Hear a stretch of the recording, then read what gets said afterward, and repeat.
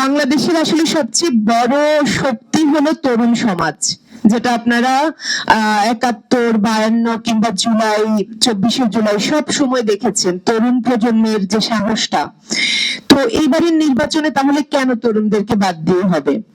হবে না নিশ্চয়ই। আমাদের নতুন যে বন্দোবস্ত, নতুন যে নেতারা উঠে এসছে, তারা আসলে আমাদেরকে স্বপ্ন দেখাচ্ছে, আমাদের স্বপ্নগুলো তারা তাদের চোখে দেখাচ্ছে। বাংলাদেশের তরুণরা কি আসলে ভোট দিতে আগ্রহী কিনা? আপনারা কয়েকজনের সঙ্গে কথা বলে এই বিষয়গুলো নিয়ে আসলে আমি অনেকদিন ধরে কাজ করছি ছোট ছোট করে, যে তরুণরা আসলে এখন ভোট দিতে আগ্রহী কিনা। তরুণরা রাজনীতিতে তো অনেক আসছে, আপনারা দেখতেই পাচ্ছেন, পার্টিসিপেশন অনেক বাড়ছে।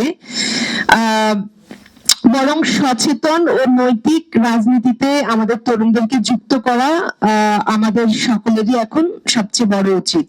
এটাই নতুন বাংলাদেশের পথ। তরুণরা যদি প্রশ্ন না করে, তরুণরা যদি ভোট না দেয়, নেতা না হয়, তাহলে অন্যের বিরুদ্ধে না দাঁড়ায়, তাহলে আসলে পরিবর্তনটা আসবে না। আমরা যে পরিবর্তনের কথা বলে আসছি সকলের চাওয়ার, সেটা আসলে আসবে না।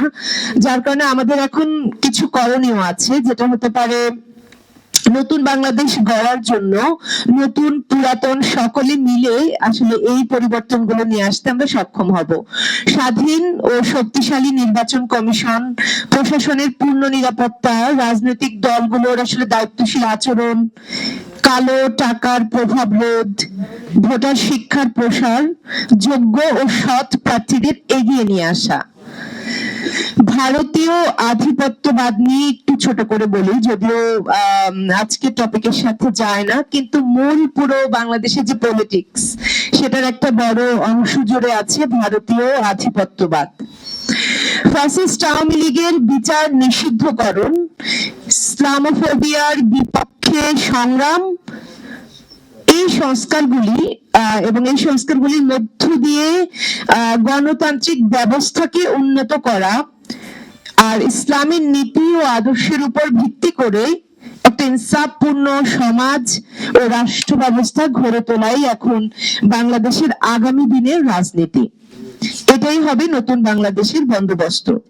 শক্তিশালী এই সংস্কারগুলোর মধ্য দিয়ে আগামী দিনে বাংলাদেশ বাঙালি মুসলমানদের জন্য একটি শক্তিশালী রাষ্ট্র হয়ে উঠবে এবং সকল ধর্মের মানুষের একটি নিরাপদ আবাসস্থল হয়ে উঠবে।